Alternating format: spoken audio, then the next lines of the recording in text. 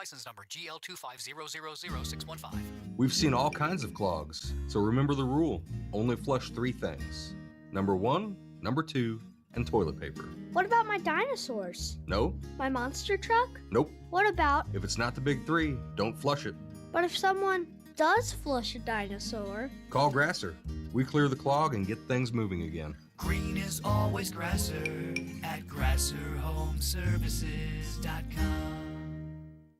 Hey, it's Mike Ferguson. Mario's Donut Restaurant, that's your place to go for breakfast, lunch, and dinner. From mouth-watering sandwiches, omelets, delicious gyros, and Mexican dishes, to their revamped menu with cannolis, tiramisu, baklava, and danishes. And don't forget those famous donuts.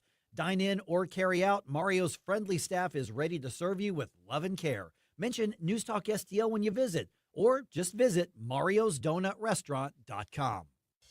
All the information I need on the drive to work. Mike Ferguson in the morning. We keep it on throughout the day, whether it's local, national, or something big that's happening overseas. News, analysis, and opinion. St. Louis is #1 for conservative talk. News Talk STL.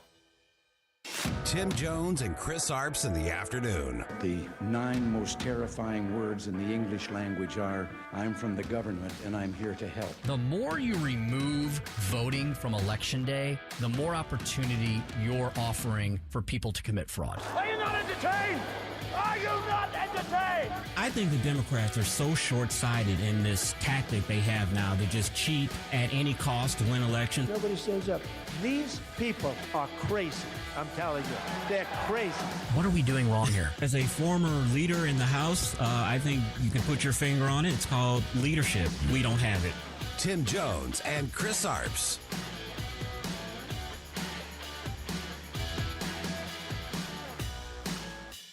General Cuccinelli, would you give our listeners a sense of how egregious this map redrawing effort truly is? The Democrats' lawyer said out loud, well, voters vote early at their own risk. Mm-hmm.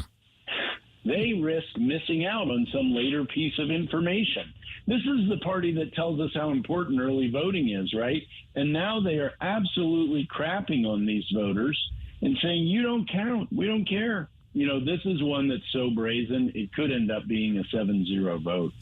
Well, you heard it here first on the Tim Jones and Chris Arp Show barely 2 weeks ago. Former Attorney General of the Commonwealth of Virginia predicted right here on News Talk STL that the decision that came down today would be what it was, and that would be that the Democrat gerrymander would be thrown out as unconstitutional. How about that, Chris? We broke news before it even happened. We did broke news, and actually one of my Democratic Facebook friends was lamenting about the fact that the redistricting was overturned by the Virginia Supreme Court.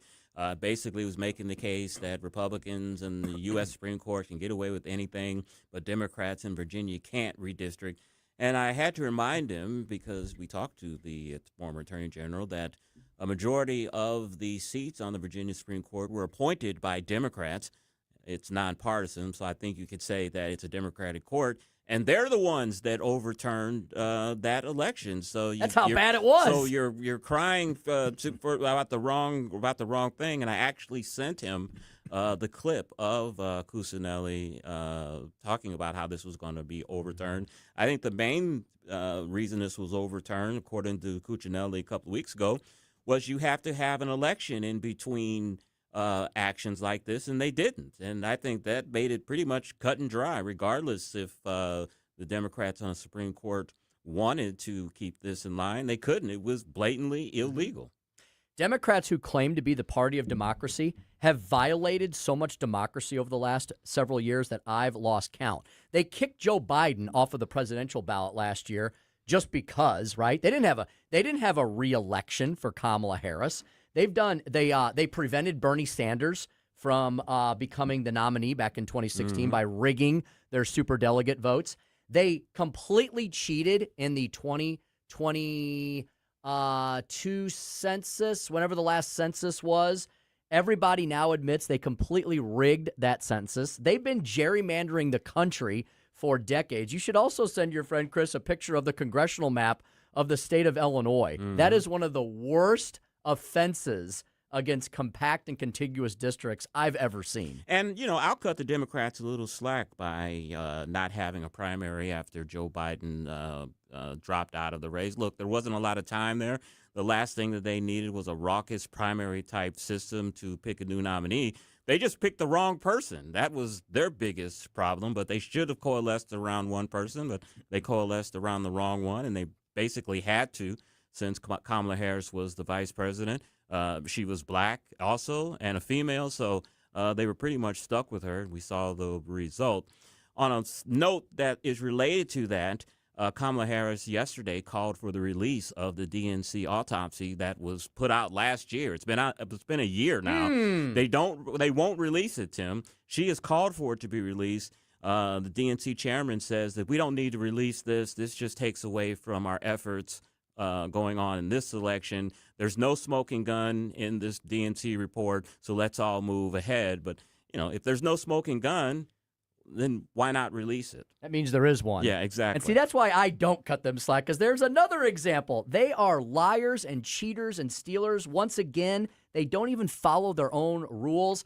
This is the party that doesn't want photo ID but requires photo ID to come into their convention. They're just absolutely abject, horrible people.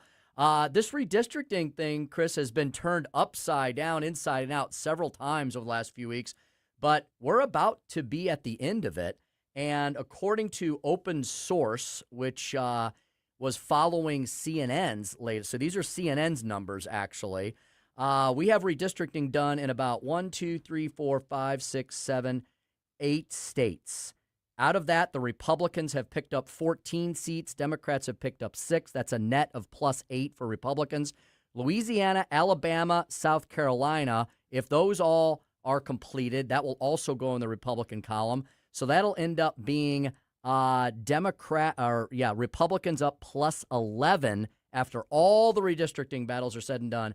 But this will still be a very difficult midterm year for Republicans. Yeah, the Alabama governor, she said last week that there's just not enough time to do any redistricting in their state. But she said next year they will definitely do it. So I think you got Louisiana. Tennessee passed their map yesterday. Yeah, theirs is done. And so we got Louisiana and who else? South Carolina. And South Carolina. The map is pending in the House. And the South Carolina seat, there'll be a lot of gnashing of teeth because the seat that they're probably going to eliminate will be James Clyburn, who was in leadership in the House for many, many years. He's an African-American Democrat, probably about 85, 86 years old, has been around for a long time, and they will definitely be crying racism and foul if his seat is on the chopping block, which it probably is to get that extra seat. Well, if you want to hear the latest and greatest on South Carolina, State Senator Nick Schroer and I are going to speak to Representative April Cromer of the South Carolina House on this weekend's edition of State Freedom Caucus Unfiltered. That'll be 7 p.m. on Sunday night. She is vice chair of the South Carolina Freedom Caucus. Chris, she's going to tell us exactly what's going on and what's next on that. So you got Louisiana and South Carolina pending, and Alabama, maybe, probably not this year. So that's kind of where we are. Out of all of that, Republicans end up probably +10 at the very least. Yeah, I've seen estimates of between 10 to 12.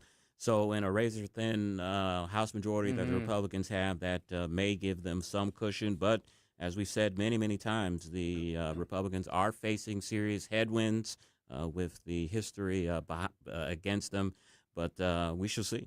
We have a member of Congress who will definitely want to weigh in on this afternoon. Dr. Bob Onder, congressman from Missouri's 3rd Congressional District, will weigh in on this latest news regarding congressional redistricting across the land. He'll also talk to us about the Supreme Court's latest decisions on the mifepristone pill dynamics. He's also been home this last week, so he's been crisscrossing the 3rd Congressional District. We'll find out what he's been up to, and Chris will ask him what they're going to do when they go back into session next week. Yeah, I think the main business that they are going to be debating, Tim, is Reconciliation 2.0. They are scheduled to take that up on May 18th. They're going to debate that, and the president has said that he would like to have that bill on his desk by June 1st. So when the congressmen and Congress returns back to Washington on D.C., they've got a lot of work to do to make that June 1st, deadline that the president is asking for. Indeedy. Chris's Corner will follow at 4:45 today. Yeah, I got yesterday an email, I don't know from whom, that gave me the football schedule for this year. So, they're going to start camp pretty soon here, and football season will be upon us again. And I'm going to do a Chris's Corner on how it is so fragmented now to watch an NFL game. There are 5 apps, literally, to watch one football game. And I'm going to talk about how ridiculous that is. Today in the Wall Street Journal, Fox and Rupert Murdoch are siding with the Justice Department, saying that they're not in favor of all these games on YouTube and all of these other places that the average fan can't see the game. So my Chris's Corner will be on that. 5 apps to watch one football game. So MLB just figured this all out this year, right, with the new MLB app, and they have a new subscription plan for only $99 for the entire season. You can watch every single game, even your home games in your local network. And if they're not on MLB, that means they're on ESPN. So if you have anything, you can watch ESPN. So MLB has figured out how to make it easier and better and cheaper, and NFL has made it harder and more difficult. Well, the NFL has just become, look, it's America's favorite game. It is a multi-billion-dollar business, and the NFL is just literally just trying to squeeze the golden goose for every single ounce of gold that they can. We saw that a few years ago when they pulled the St. Louis Rams out of St. Louis and sent them back to L.A., and the only reason that they did that is there was like a $100 million windfall that gets spread out between all of the teams. So it was a cash grab. And with all of these different games and all these different apps, especially on the Christmas and Thanksgiving games, it's just a cash grab. They're already making a whole bunch of money, and they're just trying to squeeze every single penny out of it that they can. But the average fan can't watch games anymore. That's a real shame indeed. Well, speaking of sports, we're going to speak with Patrick Tuohey about the World Cup boom or bust that's occurring on the other side of the state, here in the Show Me State, and the city of St. Louis mayor, that would be Kara Spencer's, plan for the Rams money. Yeah. So the Rams money is still sloshing around after all these years. And the FIFA World Cup situation is the same kind of with the NFL. The average fan can't afford to go to see these games. They're meteoric ticket prices. They're $1,000 for a ticket. That's like the minimum. Some of these games are upwards of $5,000-$6,000 a ticket. And even President Trump, who of course is a billionaire and can afford it, he even weighed in and said that he wouldn't pay $1,000 to go see a FIFA game, World Cup game. And forget about taking a family of 4 on a middle-class income. Yeah, forget about it. And plus parking, plus food, plus everything else. Patrick Tuohey will discuss all that with us at 5:25.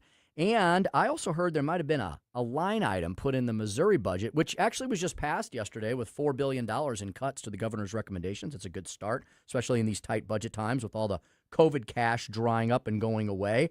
There was a line item that some people think may have been for this new Kansas City Royals baseball stadium. How does that work, Tim? I don't know. That's why I wonder if Pat.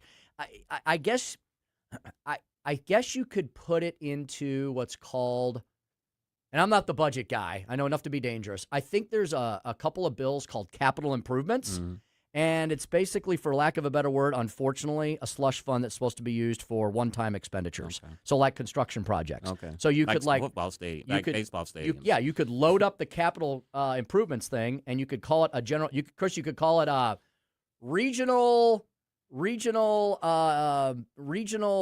sport. I don't know if you don't even want to use the word sport. Like regional infrastructure improvements, entertainment. Yes, yeah. And you put it in there, and people go, "Oh, that sounds nice." Yeah. And they're like, "Whoa, wait a minute! It's for a baseball stadium for billionaire owners and their multimillionaire athletes." So I heard that after the fact, after the budget passed, we learned that. Isn't that interesting? I want to get your legal opinion on something real quick. The alleged shooter from the Saturday night attempted assassination of President Trump, he is asking the court to remove D.C. Attorney Gene Pirro and A.G. Todd Blanche from reviewing his case and prosecuting his case because they were in attendance at the event. And he is claiming, his lawyers, of course, are claiming that that's somehow a conflict of interest because they are trying him, but they were at the event where the alleged assassination attempt happened. Okay. Your legal opinion on that? You could make an argument on that because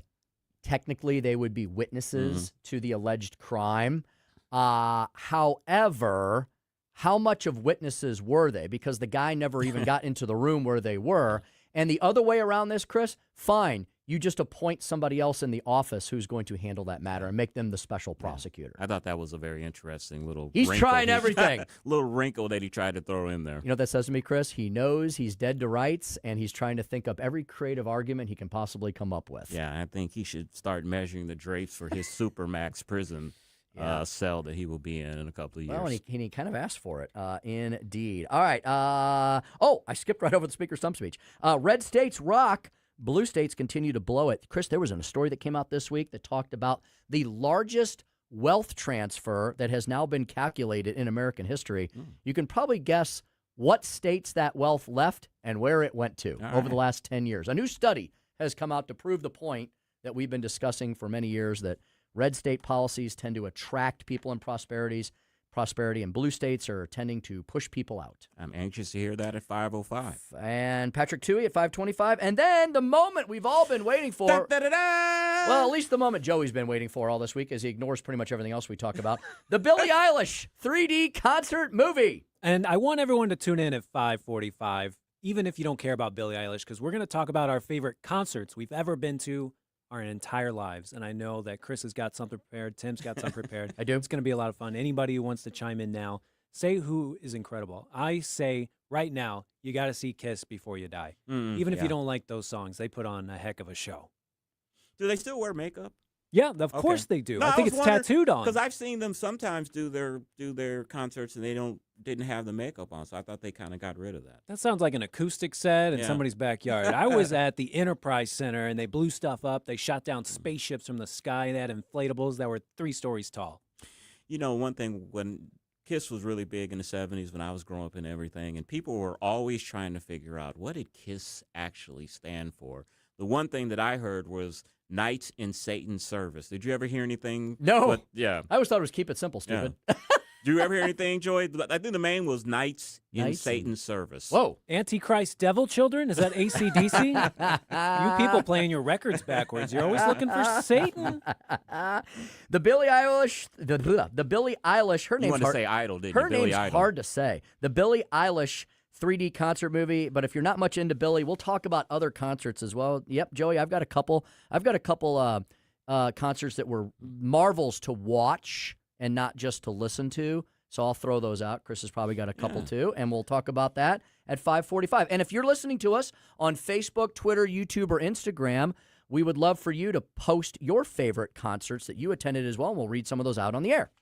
There we go. Lisa says Gene Simmons is Jewish, and he's always denied that it's never stood for That's what I always heard. Satanic stuff. Knights in Satan's Service. That's what KISS stands for. 5-4. I'm wishing us into the weekend, see?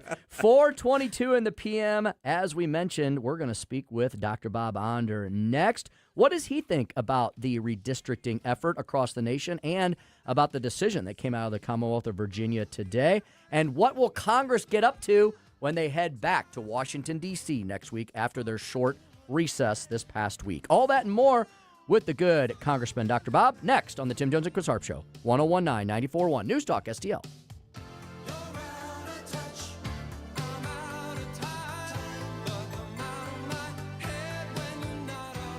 Follow us on Rumble at News Talk STL.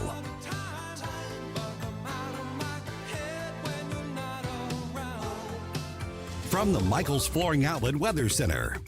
Hit and miss showers will turn into a few thunderstorms by late this afternoon, and some of those storms west of St. Louis could be strong with some small hail or gusty winds.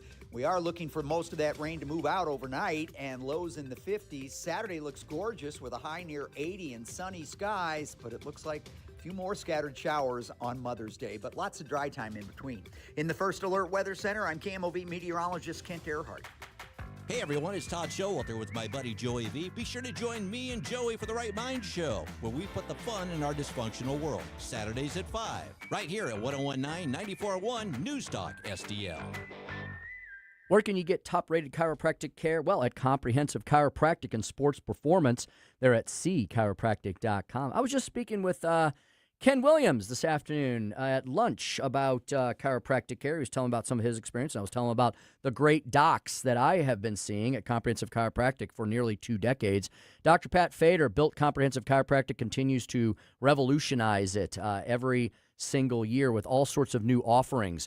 This is a holistic one-stop shop for various healthcare needs, holistic healthcare needs, chiropractic, dry needling.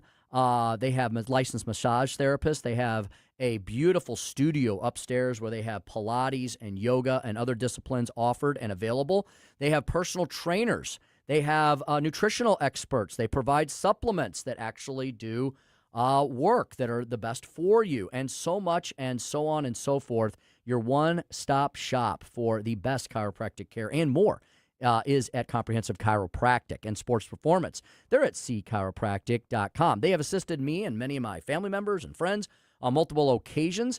It's not just, sore backs and sore necks. They can take care of that.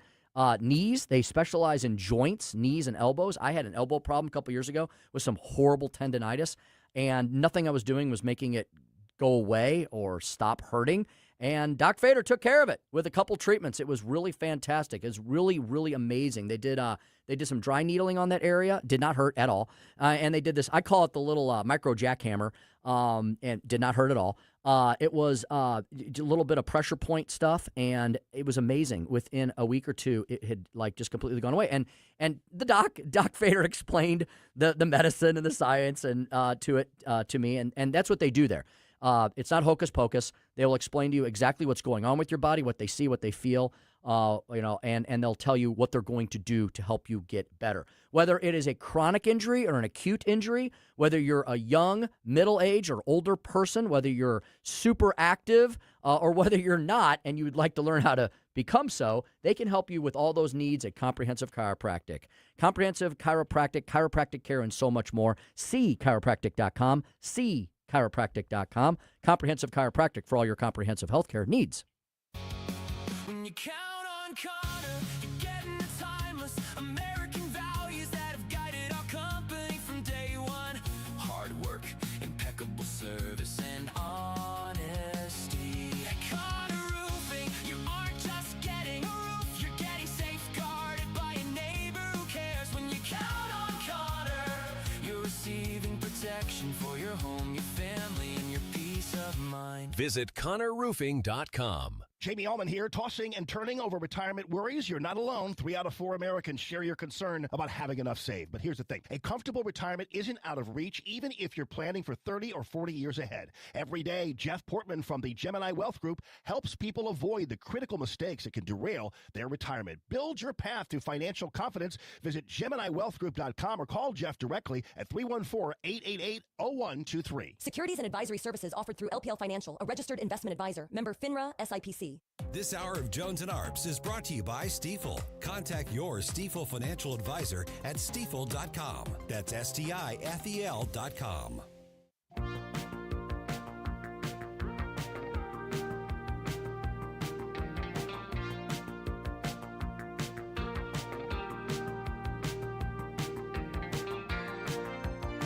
Dropping truth bombs and making you think. It's the Tim Jones and Chris Arps Show.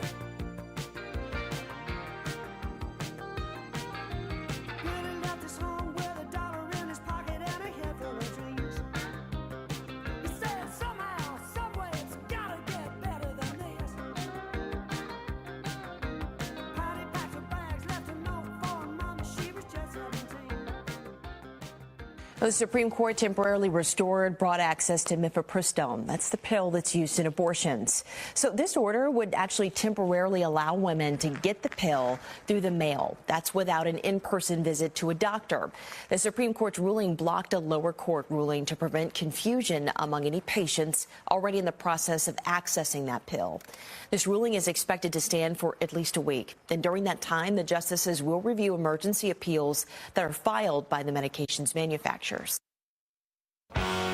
Dr. Bob Onder, Congressman for Missouri's 3rd District. We're calling Dr. Bob. We're calling Dr. Bob. Dr. Bob. And as he does every Friday, Dr. Bob, Congressman for Missouri's 3rd District. Congressman, how are you today? I'm doing well. Great to be back. Great to have you on, as always. You heard that clip. The Supreme Court has put a temporary stay on people not being able to prescribe mifepristone. Oh, I've said it twice this week correctly. We've talked with Dr. Tobler about this often, how this is a dangerous drug to be prescribed over the counter. There's so many potential complications with it. Your thoughts as a medical doctor on this ruling? Yeah, well, first of all, as a lawyer, I would not be too concerned about that ruling. That's pretty routine for there to be a temporary, 1-week stay, so that the full court can review whether to take up the case, whether to grant certiorari. But yeah, as a medical doctor.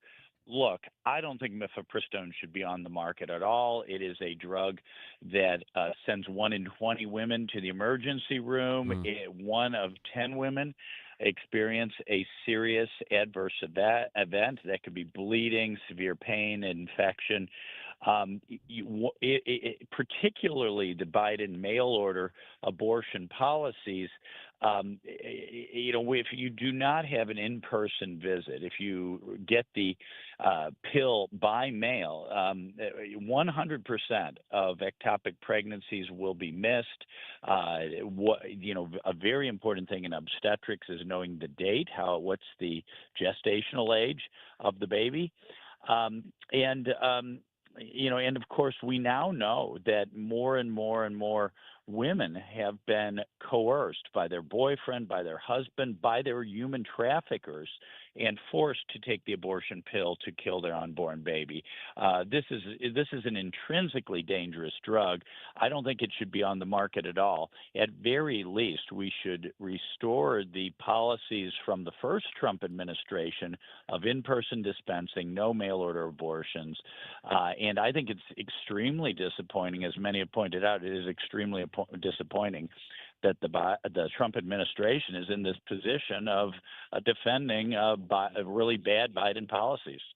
Yeah, Bob, the left wants to convince people, especially women who might consider this option, that this is just popping a simple pill, right, Bob? And from what you've explained to me as a medical doctor, this is a serious condition that you're causing with the chain reaction that this pill does in your system. And Bob, I'm sure you could get really graphic as to exactly what is happening medically in someone's body, but it's pretty much a slaughter inside your system, right? This is like a massive surgical operation occurring inside your systems without a doctor present, right? Well, that's absolutely right. You're really, to avoid getting too graphic, the abortion pill, mifepristone, induces a very severe and sudden miscarriage. So there's a lot of cramping, a lot of bleeding.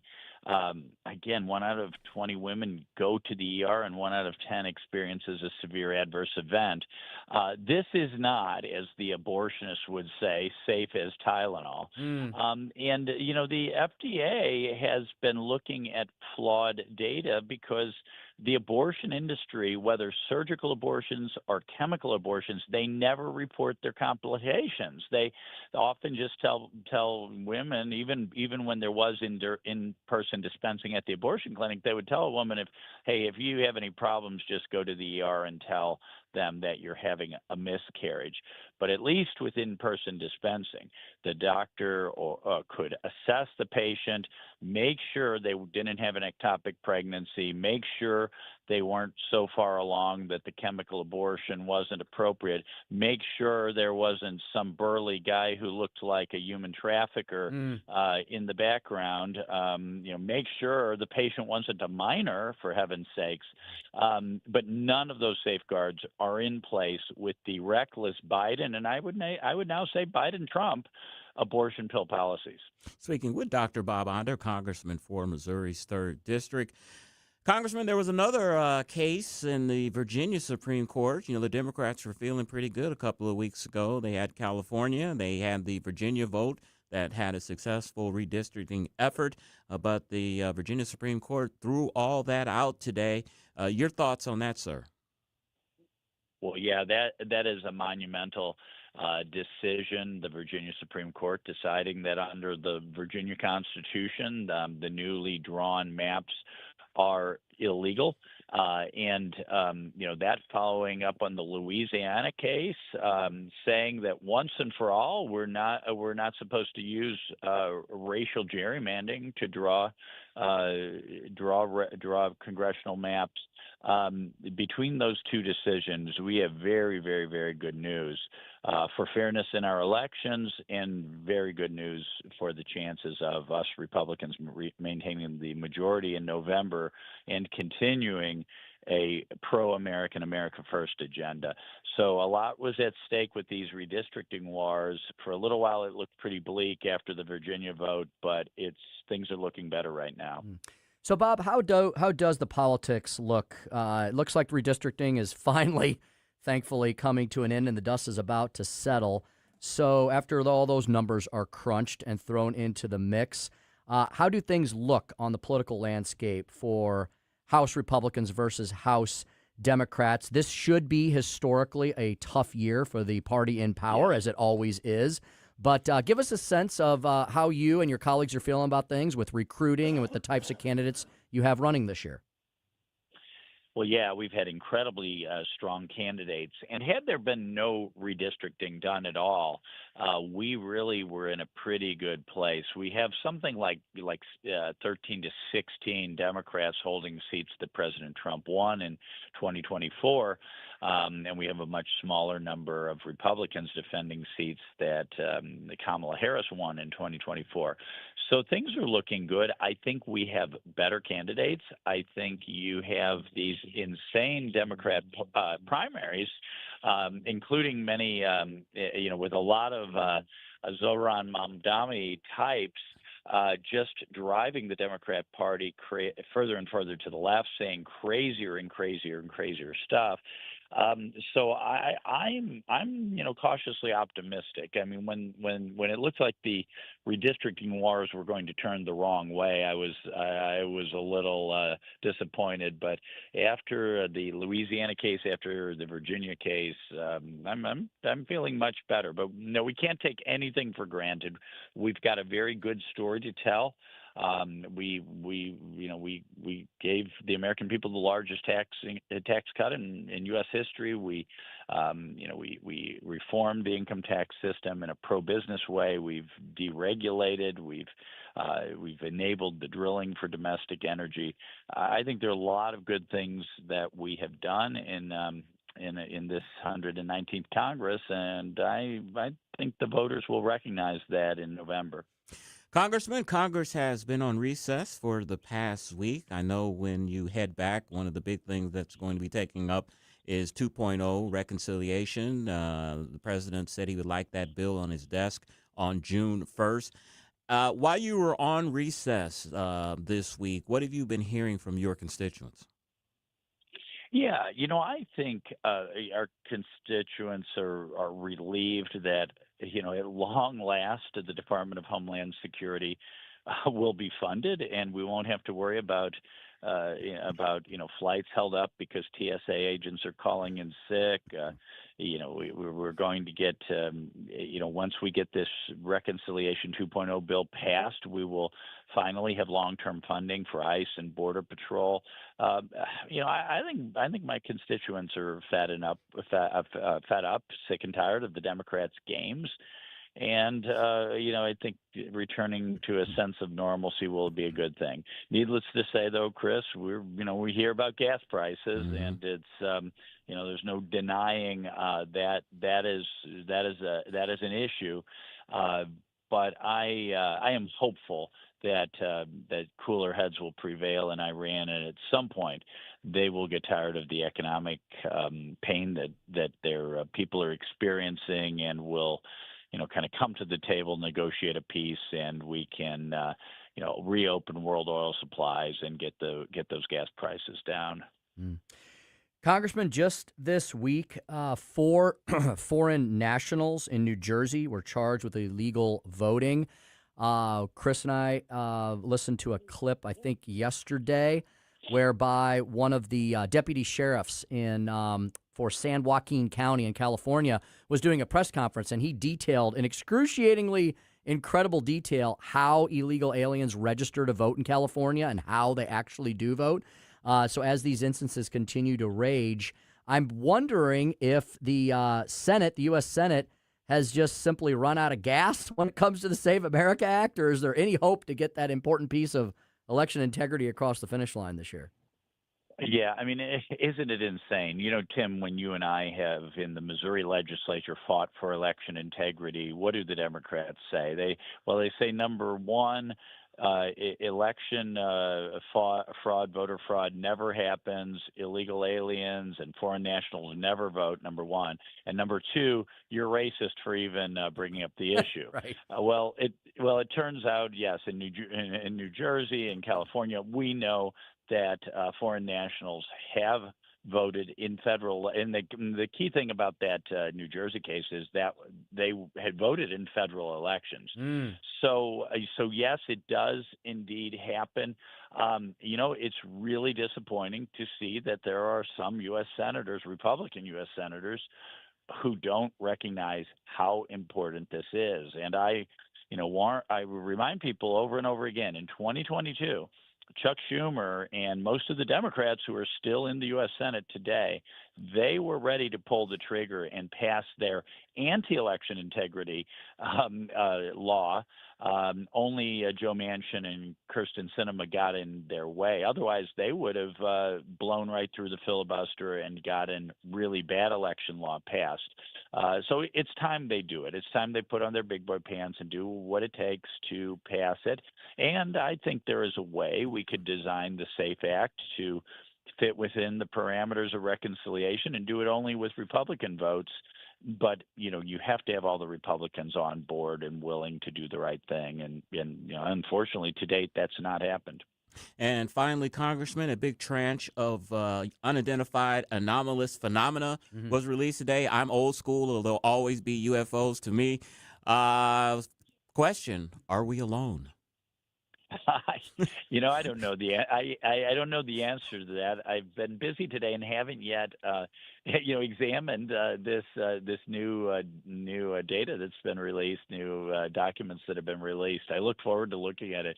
I have to say, this week I've probably had more constituent contacts on that issue than anything else we've talked about this afternoon. So it's really interesting. Yes, are these some sort of aircraft or drones or something that the Chinese or the Cubans or the Russians are flying over our territory? Are they something that the government is working on that they're not telling us about, or are they from another planet or galaxy? At this point, I don't know the answer to that question. And I'm sure some of the people that you meet, you probably think they are unidentified from UFOs or alien beings from outer space. So who knows? That is some in Democrat leadership. Yeah. That is Congressman Dr. Bob Onder. He's at onder.house.gov and on X, Bob Onder MO. Congressman, thank you so much for your time and safe travels back to D.C. Thanks so much. Have a great weekend. Excellent. All right, 442, Chris's Corner, 5 apps to watch one football game. I gave my thoughts on that next on the Tim Jones and Chris Arps Show on 101.9, 94.1 News Talk STL. Number 1 for live and local conservative talk. Follow us on Rumble at News Talk STL.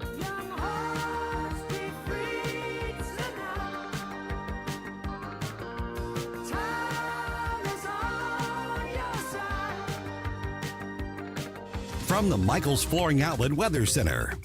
Hit and miss showers will turn into a few thunderstorms by late this afternoon, and some of those storms west of St. Louis could be strong with some small hail or gusty winds. We are looking for most of that rain to move out overnight, and lows in the 50s. Saturday looks gorgeous with a high near 80 and sunny skies, but it looks like a few more scattered showers on Mother's Day, but lots of dry time in between. In the First Alert Weather Center, I'm KMOV meteorologist Kent Earhart. On the next, Larry Connors, USA. The story behind Ted Turner. Like him, hate him, he changed the world of broadcasting. Larry Connors, USA. Now, weeknights 6 until 8 on News Talk STL. Let me tell you about a place that I just don't endorse. I actually go there myself. It's a place called the Dental Link. Dr. Link and his son Andrew, they run it. And right away, tell them, trust me, you can tell it's different. It doesn't feel like one of those cold clinical offices. It feels like a place where people actually enjoy working there, and that matters.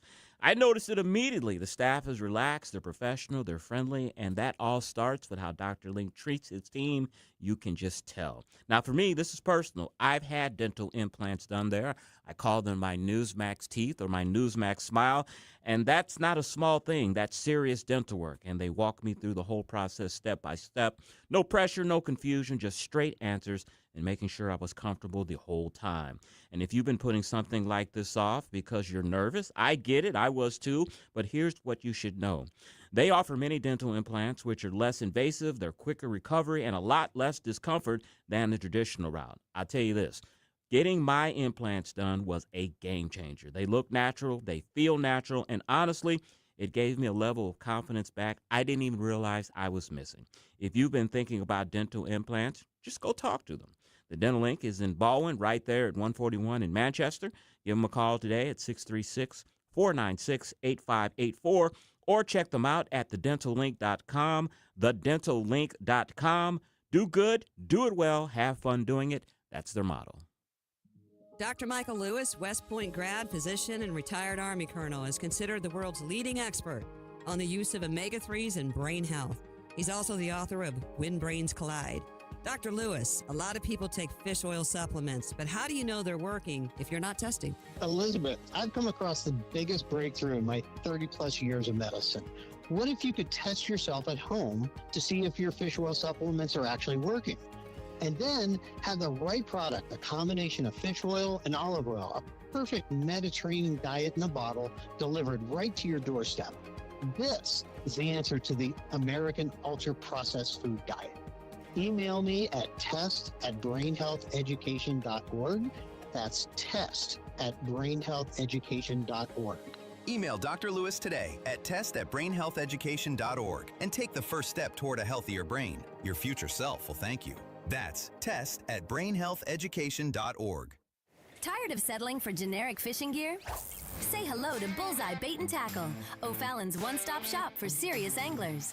Live bait, premium tackle, rods, reels, and an unbeatable selection of lures from top brands like Megabass, Zoom, and Berkley. Whether you're after bass, catfish, crappie, or bluegill, they've got the gear to help you land the big one. Plus, their expert team, led by Mark and Liz, provides rod and reel repair services. Bullseye Bait and Tackle, 266 Fort Zumwalt Square, or at bullseyebaitandtackle.net.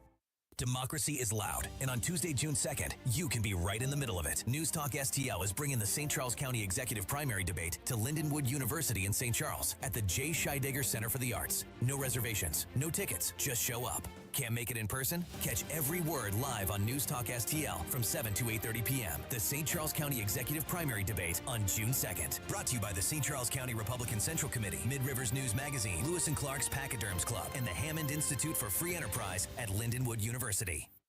Hey there, Chris Cooper here, your financial friend with Serenity Wealth Management. Tune in this Sunday for the Serenity Wealth Now show. This week, we're featuring special guests, News Talk Zone, Connor Roofing, Rob and Kathy joining us in the studio. We're going to talk about, during storm season, what we need to think about to protect our assets, our roof, and make sure we get the repairs we need using the people we trust. Tune in this Sunday, 9 a.m., Serenity Wealth Now show. We'll see you then. Investment advice offered through Fortis Capital Advisors, LLC. This hour of Jones and Arps is brought to you by Stifel. Contact your Stifel financial advisor at stifel.com. That's STIFEL.com.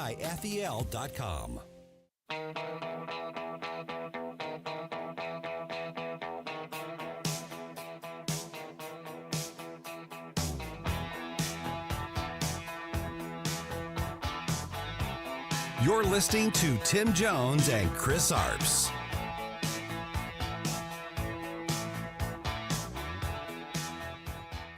The Justice Department is now opening an investigation into the NFL. A source familiar with the investigation has confirmed that to NBC News. We understand that federal officials are looking into whether the league is forcing its fans to overpay in subscription fees to watch games. Now, football used to be available on broadcast TV, but now the games, they're spread over multiple platforms that often require payment to access. This is all coming just 1 month after Republican Senator Mike Lee wrote a letter saying football fans had to spend nearly $1,000 on cable and streaming services to watch every game last season. Chris.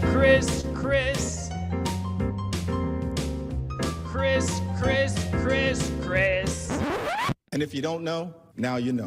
And now, Chris's Corner. There was a time in America when football was simple. You turned on the TV Sunday afternoon, grabbed some wings, sat on the couch with your family, and watched the game. Everybody saw the same thing at the same time. Rich people, working people, Republicans, Democrats, black, white, urban, rural, didn't matter. Football was the last shared cultural experience.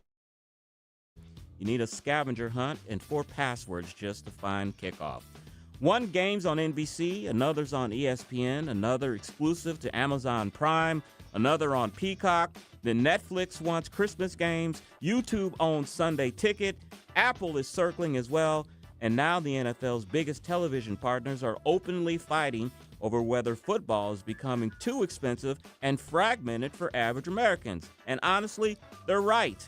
This isn't just about sports anymore. It's about whether middle-class families are being priced out of normal American life. Streaming fragmentation is becoming subscription tax. Every company wants your monthly payment now. Streaming was supposed to make entertainment cheaper and easier. Instead, it turned into cable TV with worse navigation and 6 separate bills. Want football? You need Amazon Prime, Peacock, ESPN+, YouTube TV, Netflix, regular cable, or satellite. At some point, the average family just taps out. Working people shouldn't need a spreadsheet to watch the Cowboys game, and now even Washington is noticing. The Department of Justice has reportedly opened an antitrust investigation into the NFL's broadcasting model over concerns consumers are being forced into expensive streaming subscriptions just to follow the sport. FCC Chairman Brendan Carr has openly questioned whether the NFL should continue enjoying its special antitrust exemption if too many games disappear behind paywalls. Regulators are also reviewing whether big tech companies are gaining unfair control over sports broadcasting rights. Think about how big that is. The federal government is now asking whether football has become too expensive for ordinary Americans to watch. That tells you this debate has moved away beyond entertainment. Broadcast television is dying, and something important dies with it. Old school broadcast TV mattered because it was universal. Everybody had access. Football on CBS or Fox created common experiences across the country. Monday morning conversations at work, families gathered together, bars packed, neighborhoods connected. Streaming turns football into individualized consumption. The wealthy won't notice this change much, but regular people will. Especially older Americans, especially rural Americans, especially families already stretched thin. And local broadcasters are sounding the alarm too. Hundreds of TV affiliates have warned the FCC that pushing marquee sports onto streaming platforms weakens local television stations and threatens the economic foundation that funds local news coverage. Once major cultural events disappear behind paywalls, the country becomes even more fragmented than it already is. Sports are one of the last things holding America together. Politics divides us, media divides us, social media isolates us, but sports still brings Americans together. That matters more than people realize. Football is one of the few remaining civic rituals in this country. Sunday football is modern Americana. Tailgates, fantasy leagues, high school rivalries, Thanksgiving games, Super Bowl parties. But corporate America sees none of that emotionally. They see content, monetization opportunities. They don't just see tradition, they see subscriptions. And eventually, that's a breaking point where Americans decide enough is enough. Football used to bring families together. Now it brings them another monthly bill. And that is Chris's Corner. I've been ticked off about this for quite a while. You know, as you mentioned earlier, Tim, you know, Major League Baseball has made it easier to watch baseball games. But still got to pay for it. Still got to pay for it. But I went until like last year, 3 or 4 years, where I didn't watch any Cardinals games, mainly because I couldn't find them. Me too. And the team was horrible, and I wasn't going to pay a subscription to watch terrible baseball. I wasn't going to pay $19.99 a month, and to watch one team. Yeah, you know? exactly. So I first experienced the problem with the NFL when, do you remember, man, this has been going on for a while now. 2-3 years ago, the Kansas City Chiefs were in a massive playoff battle, and there was a big game, and it was like minus 20 at Arrowhead, and it was a big playoff game. The only way you could watch that game was to subscribe to Peacock. And they had a deal, and it was like $3.95. It was like $3 or whatever. But then you're hooked, right? Then you're on it. And so I went ahead and did that. And I'm like, well, this is silly. Why am I having to get Peacock to watch this playoff game? And then the same thing with Major League Baseball. I had not watched a baseball game at home unless it was by accident on ESPN in 5 years probably. The Major League Baseball package, it's not perfect, but at least it's a place where you can watch baseball from March through October. You got the preseason games. You get every game, every team.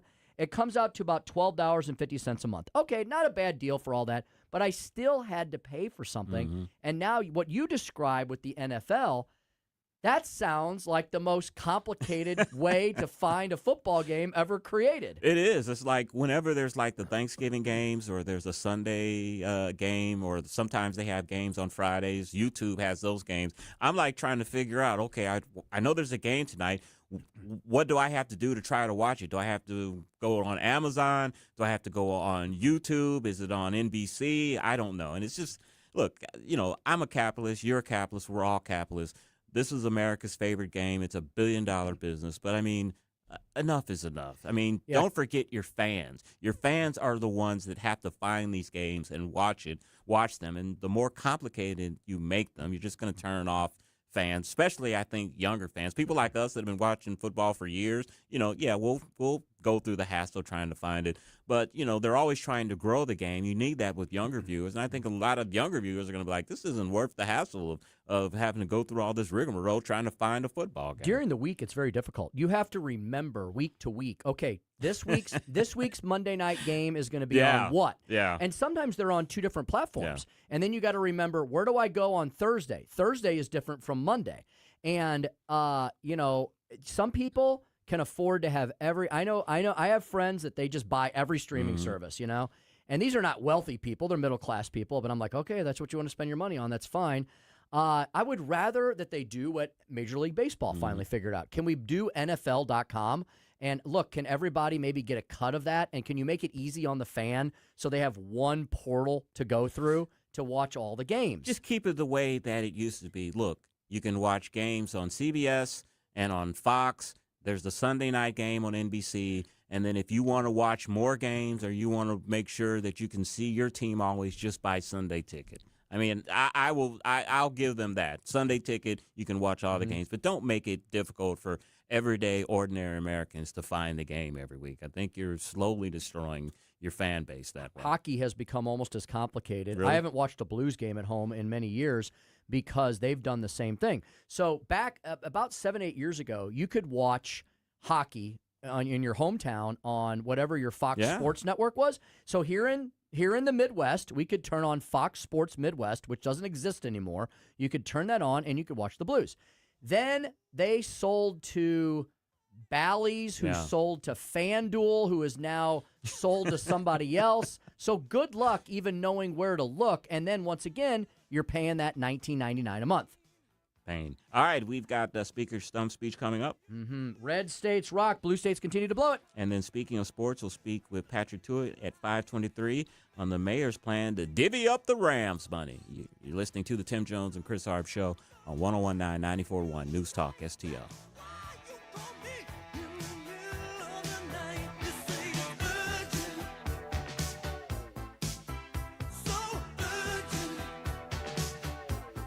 Is your portfolio prepared for the biggest risks facing investors today? Hi, it's Tim Jones. High inflation and a rapidly changing economy may impact your investments. If you haven't made appropriate changes, your portfolio may not be positioned to address some of the biggest risks in today's economy. That means it's time to request your free portfolio review from the ClearPath Wealth Management Group at Stifel. You can hear their latest views on the markets and investing during On the Money, hosted by Stifel financial advisors Bob Stockdale and Eric Robert, every Saturday morning at 9 a.m. on News Talk STL 101.9.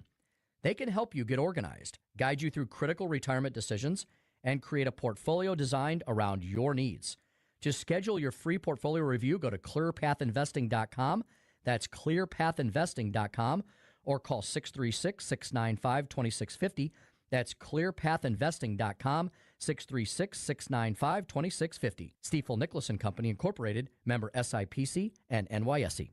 Never paint again. This is Darren, owner of Rhino Shield. Want to eliminate painting your home, business, or church? Call the experts at Rhino Shield. Rhino Shield is a revolutionary ceramic wall coating to regular paint and vinyl. Perfect for aluminum, steel, unpainted brick, block, stucco, EIFS, drive-it, cement board, and wood sidings. Rhino Shield eliminates wasting time and money painting year after year. Our ceramic coating deflects 90% of the sun's UV rays and 100% of the moisture. Our clients want affordable protection with the elimination of maintenance. Rhino Shield protects your biggest investment while maintaining your architectural features and gives you the curb appeal you deserve. Make your home great again by working with the Rhino Shield experts. A+ rated with the BBB. Call 877-25-RHINO, 877-25-RHINO, or 877-25rhino.com. See what we did there? Genius. Tell them, ladies. Go Rhino Shield. Never paint your house again. Rhino Shield. KLGY HD3 Clayton, K270BW Bellefonte, KNBS Bowling Green. This is News Talk STL at 101.9. News this hour from Town Hall. I'm Keith Peters in Washington. This week's victories in GOP primaries in several states are bolstering House Speaker Mike Johnson's belief that this fall's election outlook remains positive for Republicans. On the Salem News program this week on Capitol Hill with Tony Perkins, the Louisiana Republican says he's looking forward to spirited campaigning from coast to coast. We are very bullish about the midterm elections in November, and this is in spite of the media's breathless prognostications that Republicans are going to lose the House. Now remember, they cheer against us every single day. Everything that we've accomplished in this Congress, they said was impossible, could not be done. They also said we were going to lose in 2024. So I wouldn't put any stock into any of that, and I would not put any stock at all into historic trends. Speaker Johnson's full interview will be heard when This Week on Capitol Hill is broadcast beginning at 10 a.m. Eastern Time Saturday on the Salem News Channel. The U.S. is lifting its hold on immigration applications for doctors. The Trump administration is again reviewing green card and visa applications for doctors from 36 countries it considers high risk. That means physicians whose cases have been paused for months could soon get them renewed. But scientific researchers and other professionals from countries including Iran, Venezuela, and Afghanistan say their immigration applications still won't be reviewed. The Trump administration put a pause on applications from those countries, citing a need to improve security screening. Some immigrants have filed lawsuits trying to get immigration officials to decide their cases.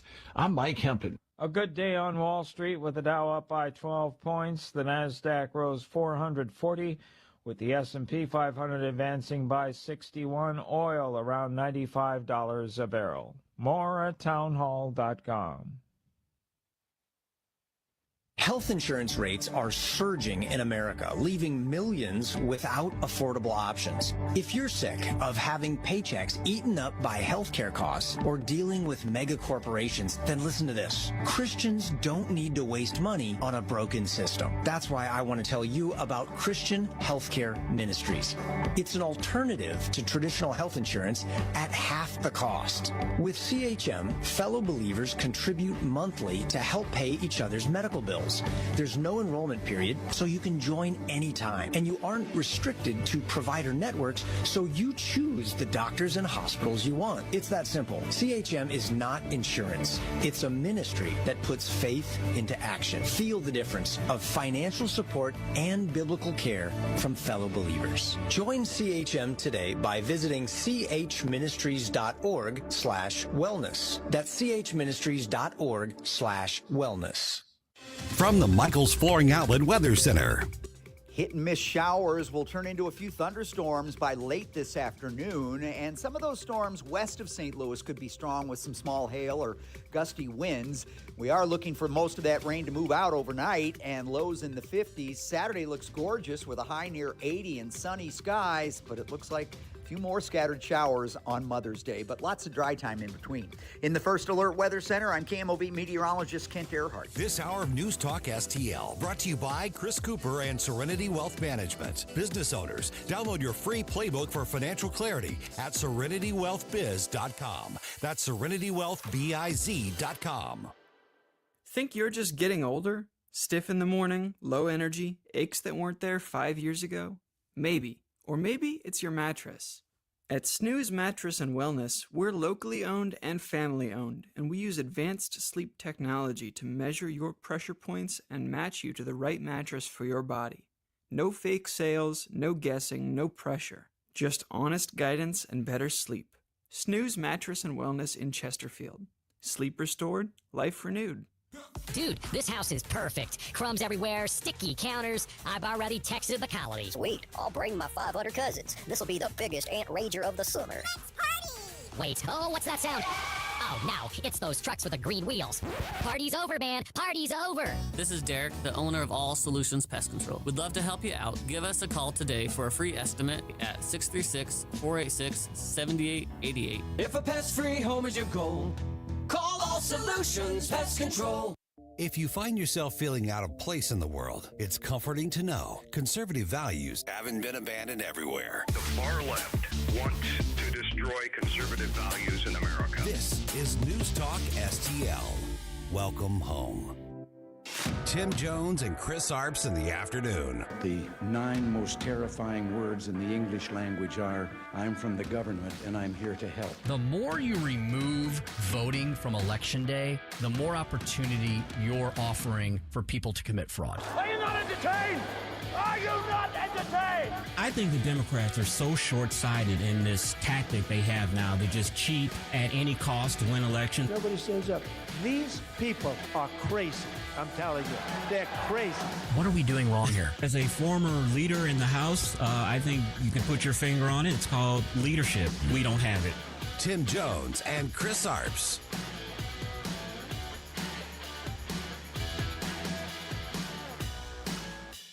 A little ironic that the woman now who is likely going to win the 9th district in Tennessee is a black Republican woman as a result of this redistricting effort. It's likely going to be a black Republican woman who beats that old white man. Could I make this very simple point? But that's racist? We're going to come back. It actually is. We're going to take a quick break, and then Tesla and Congressman, I'm going to have you both respond. We'll be right back. We're going to take a quick break because holy crap, was that embarrassing. Yeah. Chris, the CNN panelist there was so beside herself, the liberal one, the conservative one, the lady there was making the point that you guys keep yelling racism, but what you really mean is ideology, and you're so mad that we're doing this. A very likely a black Republican woman is going to take the seat of an old white Democrat male, and the CNN panelist was so upset and aggravated that she said, yeah, that's racist. That has to be explained to me. And that's one of the things that they are lamenting, that supposedly we're going to lose all this black political power when these districts are redistricted out. But I think you're going to see more African Americans elected in Republican districts. Axios did a story this week saying how the black people are trending more towards the Republican Party. Traditionally, Republicans get 10% of the black vote. Now it's upwards of 15 to 20% in these elections. And when it comes to African American men, it is 25%. And they said something that I've noticed over the years, that the people that are younger than me, the Gen Z, the millennial generation, don't have so much of an allegiance to the civil rights era as my parents and my generation did. And so they don't feel any special allegiance to the Democratic Party. They are much more open-minded, and they're taking a look at the Republican Party. So I don't think we're going to see a big loss of black representation, black liberal Democratic representation, but I think you're going to see black Republicans being elected in white, quote-unquote, districts, and I think that's a beautiful thing. Look at what's happened in Utah, one of the whitest white states in the country, right? They've elected 2 black congressmen in the last couple decades. Mia Love, who unfortunately passed away. I think she had cancer. Brain cancer, I think. Very sad, of Haitian descent. And then our buddy Burgess Owens. Same exact seat. They turned around and elected a black man. Those to the racist Utahns. I mean, that's a pretty white state out there, and they've elected 2 black Americans back to back. And so I think you're right. And see, that's what they're most afraid of, aren't they? Because as you're right, as generations turn over and shift and change, the politics of yesteryear, not necessarily the politics of today, and you may have more people of more colors running as Republicans. I can't think of his name right now, but he's a black congressman, Republican from Texas, and he was asked on the Capitol steps what did he think about the Louisiana situation, and he said, I don't view this as race. I view this as being electing the best person. And he said that, hey, I'm a black Republican that has been elected and reelected in a white district. Several times. I look at the qualifications of the person and the content of their character, not their skin when electing people. Indeed. Seems like the Democrats are losing this argument. And when they make silly arguments like that on CNN, they lose it even faster. And too, Tim, this woman, she's not really black. She has black skin, but she's is that what they'll say next? She's not really black. Yeah. You ain't black, as Joe Biden She said. hates, the thing that they say to us black Republicans, if you don't toe the line and be a Democrat, that you inwardly hate yourself and wish you were white. Self-loathing. Yeah, self-loathing, exactly. Yeah, nobody more self-loathing than an angry old white liberal. That's what I'll say I about agree with that. Oh, my goodness. Some of those old Karens. Anyway, send your hate mail to me, I guess. Yeah. Tim Jones and Chris Arps Show, 101.9, 94.1 News Talk STL. Happy Friday, 5:09 in the PM here in the Heartland. And we've got the Speaker Stump speech coming up in just a second. Red states rock, blue states continue to blow it. Got some interesting new details on that. Patrick Tuohey will join us at 5:25. What is the city of St. Louis Mayor Kara Spencer's new plan for the Rams money? And Patrick can tell us what's going on at his home front on the western side of Missouri regarding the World Cup boom, or will it be a bust?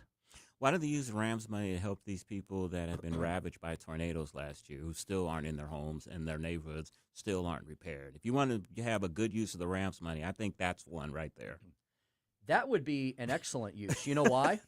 Because it's one-time money, right? You're not setting up a new program. So I think it's a great use, because if you set up a program with the Rams money, where you're going to get the money to pay for it. But if you take care of these people's homes, that's a great use of that money, because you're using it for a one-time expenditure. The homes are rebuilt, and you've done something positive that you can actually see.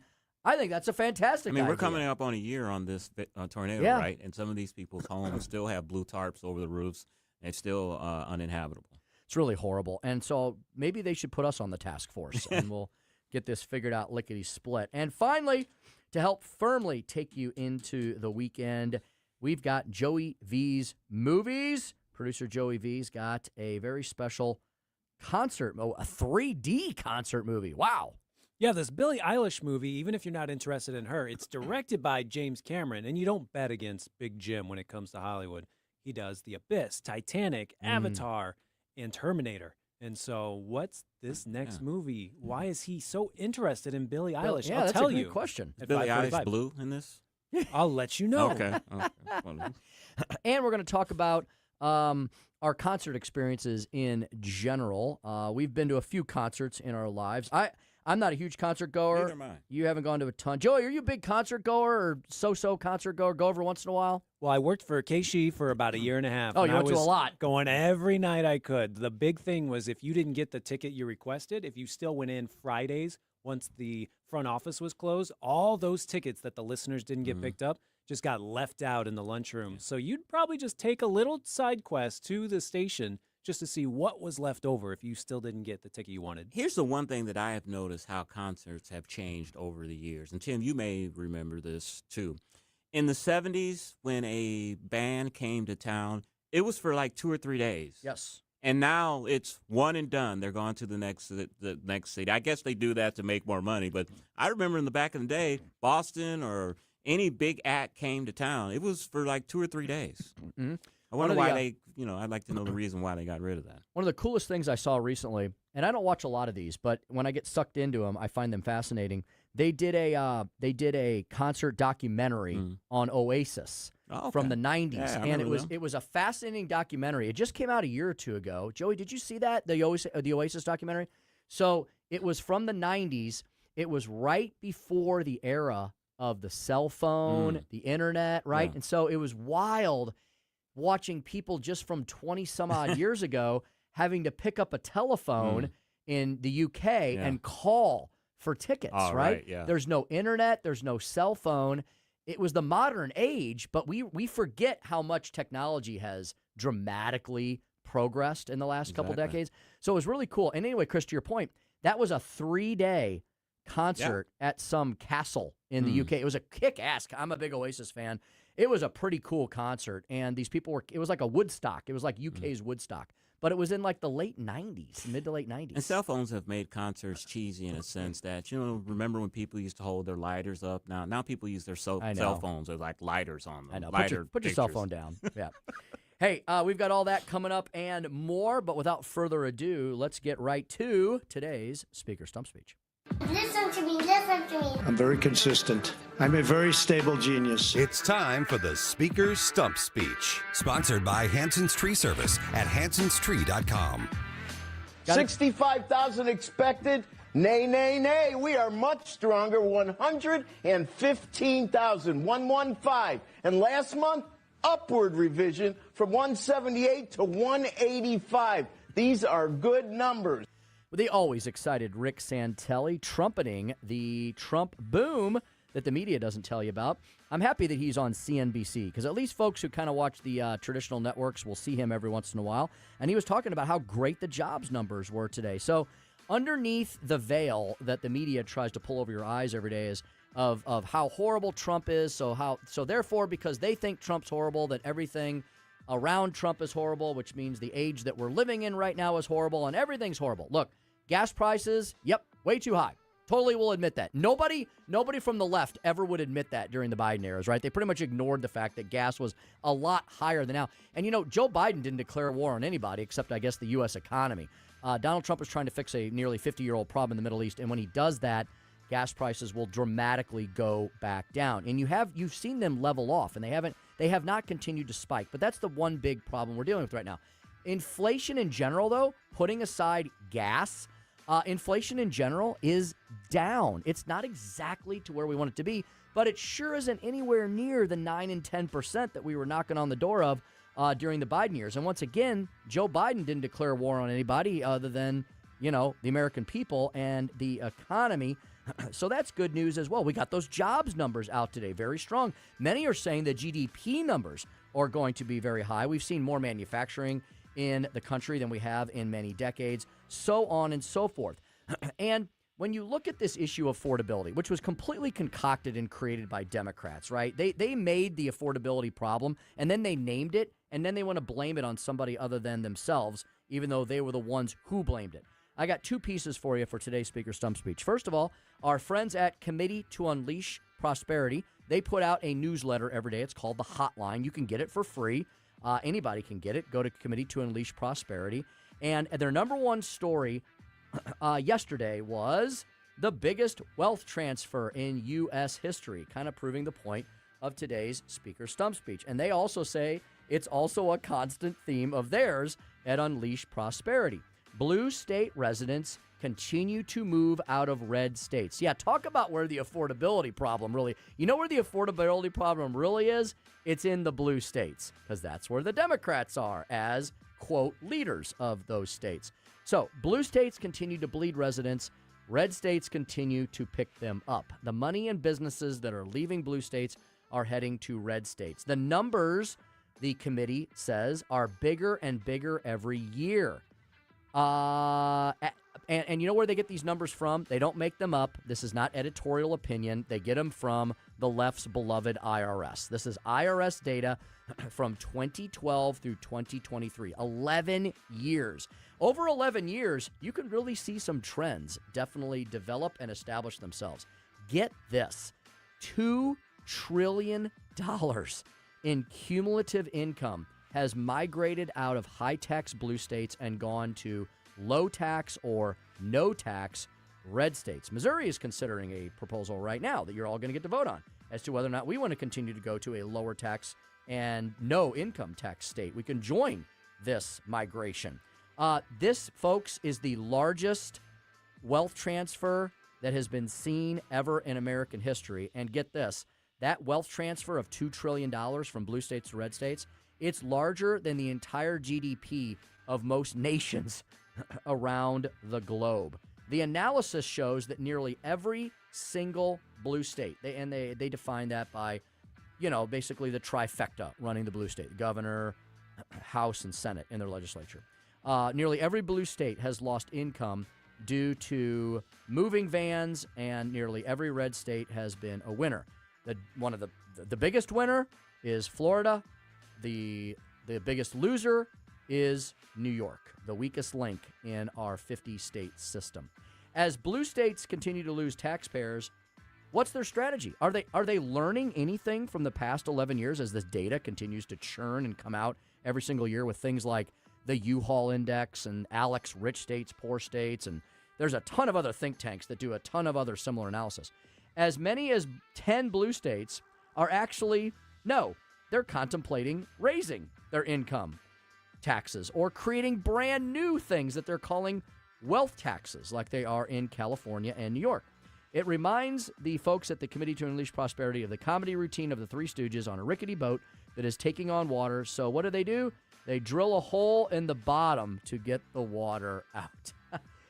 Finally, on a piece that I found as well, titled "The Party That Made Life More Expensive Wants Credit for Noticing," they point out as well some of the things that are happening in many of these blue versus red states. U.S. News and World Report, that's no bastion of conservatism. They tend to be a little center-right. But they list the 10 least affordable states. So as the Democrats yell and scream about affordability, guess where affordability is least found in the country? That's right, blue states. California, New Jersey, Hawaii, Massachusetts, Washington State, and New York. 9 of the top 10 worst offenders, all blue states. Florida boasts the number 1 economy, ranks second in education, levies no state income tax, and continues to attract new residents in large numbers. All 10 of the most affordable states are Republican-led. So isn't it interesting? And maybe the Democrats need to look in the mirror when they continue to yell and scream about affordability, because wherever they're allowed to run the 50 laboratories of democracy in the country, they are losing, and they are the least affordable. And where Republicans are leading and running red states, they're winning because they're the most affordable in the land. And that is the subject of today's Speaker Stump Speech. Red states continue to rock. Blue states continue to blow it. Yeah, the Democrats are so focused on their class warfare rhetoric that they don't understand human nature, especially wealthy people. Wealthy people became wealthy because they're very scrupulous with their money, and they're very careful with it, and they accumulate it very slowly and make it grow. And they just believe that, well, they have all this excess income. They won't mind paying a little extra in taxes. And those people vote with their feet and they leave. We've seen that in New York and California. But they honestly believe that they feel that they may have this civic duty to, because I'm a billionaire, have a lot of money, then paying this little extra won't mean a big deal to me. But they don't understand the mentality of how these people became wealthy. Yeah, indeed. And they don't throw money away. They think government can fix all this, and every time we insert government into any aspect of our economy, it seems like it just makes it worse and less affordable for Americans. 522, we're going to shift gears and speak about World Cups and Rams money. All of that and more is next with Patrick Tuohey, Senior Fellow at the Show Me Institute. He'll join Chris and I next on the Tim Jones and Chris Arps Show at 101.9, 94.1 News Talk STL.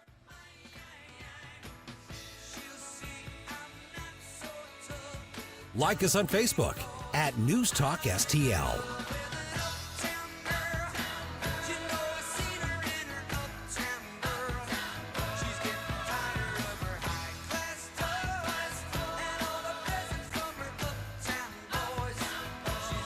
From the Michaels Flooring Outlet Weather Center.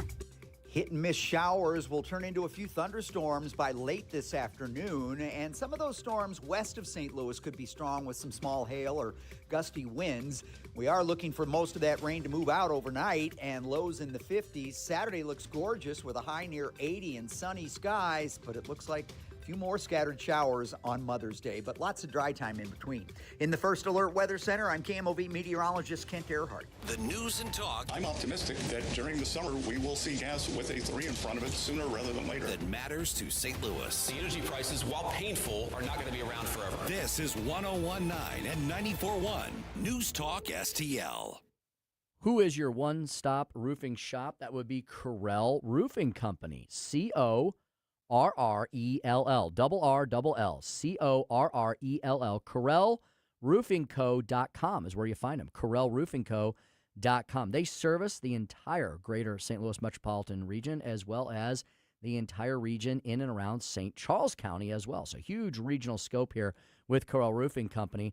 There have been a multitude of storms, and I hope none of you have had any sort of damage. But if you have, or if you're uncertain if you have, how about get Correll Roofing Company out to your property? This company is locally owned. It's independently owned. It's family owned. We know the family very well. The Corrells are wonderful people. Curtis Correll has 20-plus years of experience in the business, and he's got a lot of great folks that help him run the shop. They're hard workers. They know exactly what they're looking for when they're getting up on your roof, and they're going to take care of you from the very beginning of the process to the end. The last thing you should do is put some trust in some fly-by-night roofing operation that says, oh, just give us a deposit and we'll get this taken care of lickety-split. No, I would not trust that at all. Use a hometown company, a locally owned company, an independently owned company like Correll Roofing Company. They're hard workers. They're very diligent. They're going to work with your insurance company, and they're going to get the job done right. Would you even know what you're looking at if you got up on your roof, which I do not advise? Correll Roofing Company does. If you want to check out Correll Roofing Company, see all the services they have, the service areas, the contact information, all their great reviews and more, all you got to do is go to CorrellRoofingCo.com. That's CorrellRoofingCo.com. Correll Roofing Company, your one-stop roofing shop.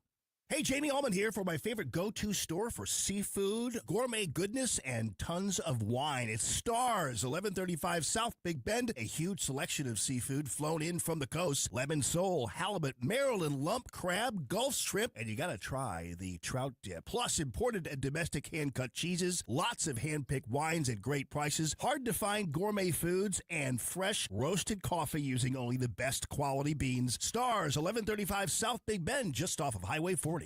Yo, this is Vic. Vic for Vets is proudly honoring our veterans. Every Wednesday at 11:05, you'll hear about that day's honoree and their incredible service to our country. Hi, it's Ken. You want to nominate a veteran? Send their name, service information, and story to me, Ken, at newstalkstl.com. Brought to you by Heroes Care, Alamo Military Collectibles, Gemini Wealth Group, Michael's Funeral Home, and Freddie's Market. Together, let's celebrate the heroes in our community. Vic for Vets, where honor meets gratitude.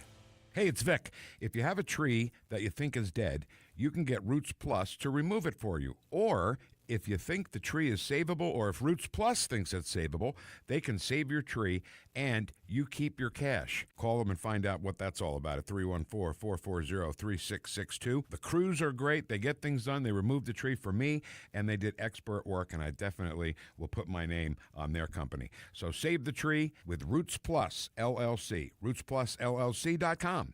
This is 101.9 and 94.1. Female millennial Trump supporter. I listen to it like every day. Like, seriously, you get it. News Talk STL.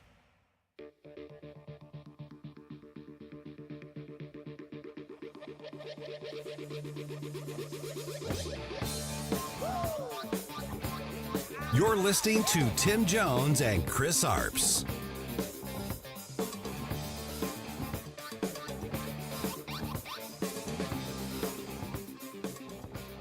A whole new plan for $250 million in Rams settlement money. The Rams dollars, while it is a large amount of money, is finite and can't possibly address all of the city's needs. The mayor's plan also earmarks $30 million for the city's aging water system, another $30 million for improving other public infrastructure like streets and sidewalks, and $55 million would go towards revitalizing downtown by investing in the city's riverfront, improving streetscapes, and acquiring and preparing long vacant buildings like the Railway Exchange Building.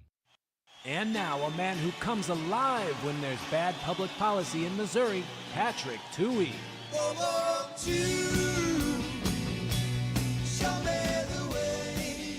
As he does on Fridays, Patrick Tuohey, Senior Fellow at the Show Me Institute, joins us once again. ShowMeInstitute.org. ShowMeInstitute.org. Patrick, good afternoon. Welcome back to Tim Jones and Chris Arps Show here at News Talk STL.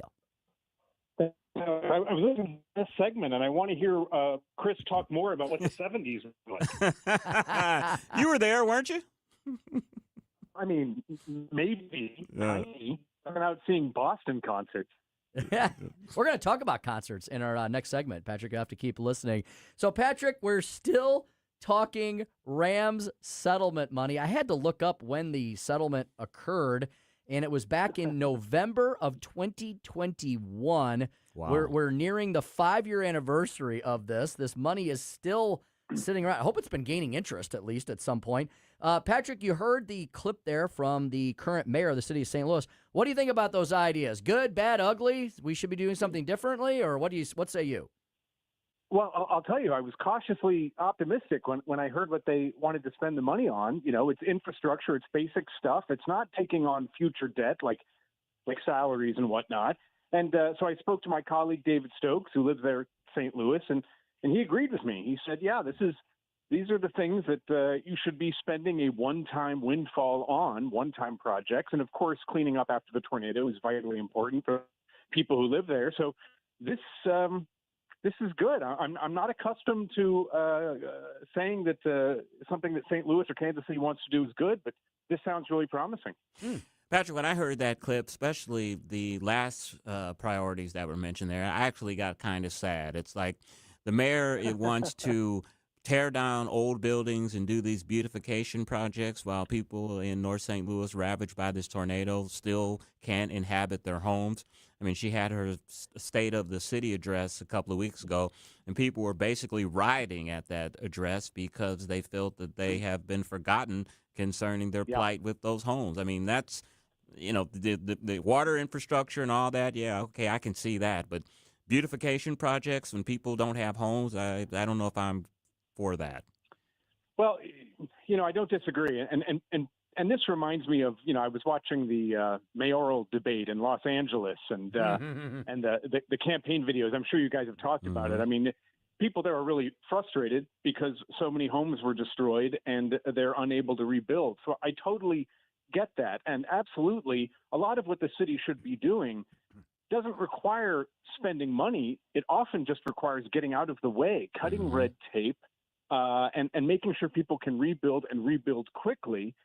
I do take your point about beautification because that does sound maybe, excessive or not important. But, you know, I've talked to you guys before about a lot of the needs in St. Louis. So about public safety is to make people feel safe. And a lot of times that involves, you know, cutting the grass, removing graffiti, making sure the streetlights work, you know, fixing sidewalks, just making a place look like people give a damn about it can go a long way in improving public safety.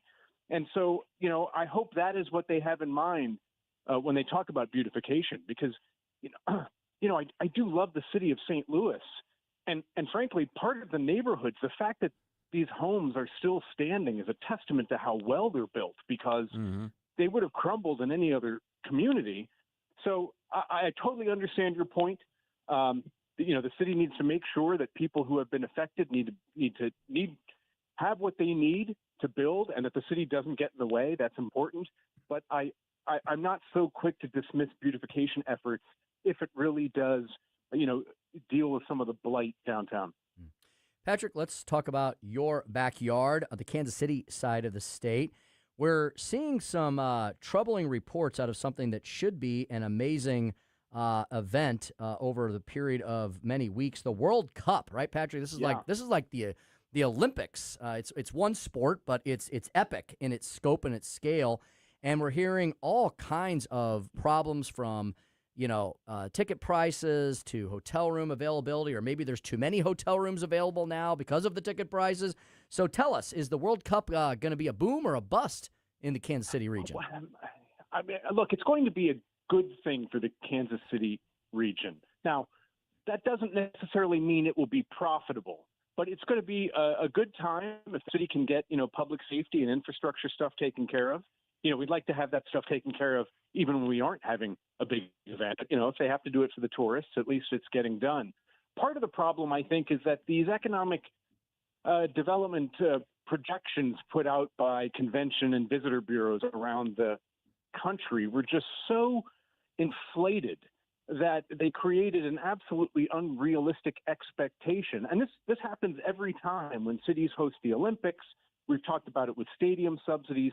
They just shoot for the moon, and these aren't disinterested parties. They turn to trade associations to gin up these huge numbers of visitors and economic impact, because those visitor bureaus then go to state legislatures and city councils and ask for money. We need money. We're going to have 650,000 people visit the city, so we need a lot of money. Part of the problem is those expectations were way too high. And it's not just Kansas City. A reporter here in the city looked at flight numbers and said, if these 650,000 people are coming to Kansas City, you would expect there to be a bump in, air traffic coming in. There isn't yet.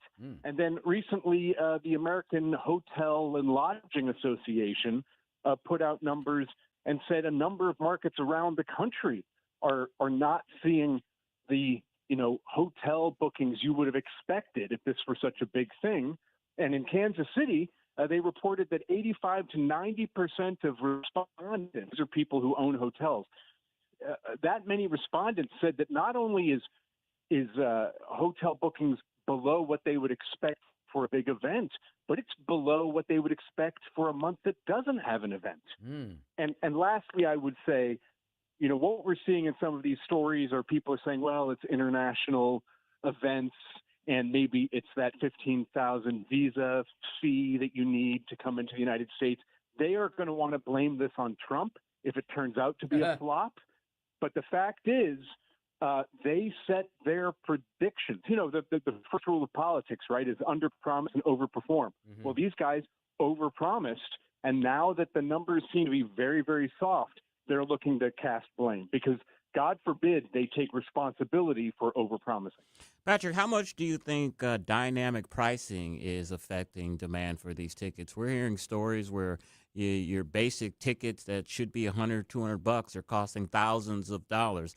President Trump even weighed in and said that he wouldn't pay $1,000 for one of these nosebleed seats. Do you think that could be holding down the crowds? Sure. Oh, sure. It's going to be inflated ticket prices. It's inflated hotel costs. All these things, they're a money grab. And again, part of it is because these huge promises were made. So everybody salivates and thinks, well, I'm going to make a mint. And so it becomes sort of like a death spiral. Whereas when you raise costs too much, or the hassle of coming to the United States is too great, then it just starts feeding on itself. We're just a few weeks out from these events, and people are still saying, well, we're optimistic that bookings and ticket prices are going to go up in the last month. Well, maybe, but I don't imagine that people wait until the last month of the World Cup to book their flights and hotels. So, yeah, there are going to be lots of reasons why, if this doesn't, generate the revenue that cities were told, there are going to be lots of reasons why. But I think part of it is because our way of estimating these things is just so off, so flawed. Indeed. Speaking with Patrick Tuohey, he's a senior fellow at the Show Me Institute, showmeinstitute.org, at Patrick Tuohey on Twitter X. Patrick, I don't know if you saw this or not, but after the budget was approved yesterday, of course, these stories always come out after the budget's approved, on the state level, that some folks found a line item that could possibly be utilized for the Kansas City Royals' new stadium that they've been talking about. Here we go again, Patrick. More taxpayer funding of sports stadiums for billionaire owners and multimillionaire players. Yeah. I went and kind of looked at the SB3, the Show Me Sports Investment Act that they passed in that special session, and I figured the state's only going to be able to give between $234 million to $274 million to the Royals to build a downtown park. That is not enough. So it's entirely possible that they're trying to sneak extra money for the Royals into the state budget. But maybe the bigger picture is that the legislature does this so often and is so opaque with its funding that maybe people can't be blamed for being a little paranoid about what the state's going to do with this money, especially when, they don't want anyone to vote on this.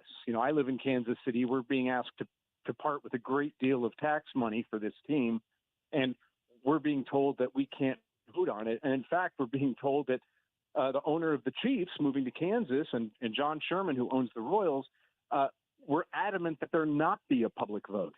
So I can't speak to the specifics of that and where that money will go, but I do understand that people are very cautious. They feel like they've been burned in the past. And so, they may be paranoid, but it's a justified paranoia, perhaps. Patrick, any thoughts on the spat between the St. Louis City government and the St. Louis Police Board and the wrangling between them on who should pay for the extra money for police? I get it. I don't know. Look, these things have to be paid for. We need more police officers. And I get that localities may feel like we don't control the police, so maybe the state should pay for it. But ultimately, it's the taxpayers, the people of St. Louis, who demand more and better policing. The problem with St. Louis, and we've talked about this almost every time I've been on with you guys, is that the population has dropped so much that they may not be able to provide all the basic services that people demand. And so, I get it. But if you can't provide public safety, there really isn't anything else that makes up for it, right? If people don't feel safe, there's no point in having a city. There's no point in having a government. Mm-hmm. Indeed. That's Patrick Tuohey, senior fellow at the Show Me Institute. ShowMeInstitute.org. Patrick Tuohey on Twitter X. Patrick, thanks for everything. We did. It was more like a sports show today with you than public policy. It's interesting how those two are betwixt and between each other often, isn't it? Oh, there are a lot of wealthy, sports talk radio guys out there who will attest to exactly that. Yeah. Yeah, for sure. Hey, you have a great weekend. Thanks so much. Thanks, Patrick. Thanks, gentlemen. Take care. Well, there we go. Yeah, we had we covered the Royals. We did the Rams. We're still talking about the Rams and the money. And the money. You believe that's 5 years ago? Had they spent anything on the money? I don't know. Or used it? I don't know. We'll have to ask maybe David Stokes about that next week. He might have dug into that even more. And then, of course, we discussed the World Cup as well. I hope the World Cup is good for Kansas City. I don't want it to be a mess, but they need to do something with these ticket prices. Yeah. I have a couple of friends. I'm not that into soccer or football, as they call it across the pond. But I have a couple friends who really are, and they're kind of bummed because they're like, they're like, man, this is a once in a lifetime opportunity, but I don't want to take out a second mortgage for the next 2 months. Pretty much what you have to do. Dynamic pricing. It's just another example of these sports leagues taking advantage of the popularity of the league and basically just trying to gouge the fans. FIFA's doing it. The NFL's doing it. Movie theaters are doing it. That's why Joey V knows all the tricks of the trade and how to rappel into dark theaters without anybody noticing he's even there, right, Joey? That's why I do these mystery movies every Monday, like Marcus Theaters and AMC. They say, we're not going to tell you what it is, but it's $6. You can't beat that deal. Really? Who cares? Just they go see do that? I didn't know they do that. Yeah, they'll even tell you if it's going to be a horror film, so you know if you need to bring a blanket to cover your eyes with. Becky used to do that. She found that on Groupon or something. We did that about 3 or 4 times. You have to get out there early, and you wait in line, and you go see movies before they are released. Wow. We haven't done it in a long time. It sounds like fun. Indeed. I need to be a movie producer. Can I just say I'm a movie critic and just go see free movies? Well, I've always got a +1 to take you with me to these critic screenings, but my girl just loves seeing movies too much. I got to start convincing her that Chris is my new movie buddy. No, I don't want to get Or a +2. thoughts. Maybe +2. I can always get you in. Just indeed. walk past with confidence and a clipboard. That's all you need. All right, clipboard. Have like a badge around your neck. You'll look official. Media. Hey, we're gonna We're gonna talk movies next with producer Joey V because it's Friday. That means it's Joey V's movies. How many T-Ravs out of 5 does Billie Eilish the 3D concert movie get? And what are our favorite concerts that were spectacles for the eyes? We're going to talk about all that and next when we return on the Tim Jones and Chris Arps Show. 1019 94.1 News Talk STL.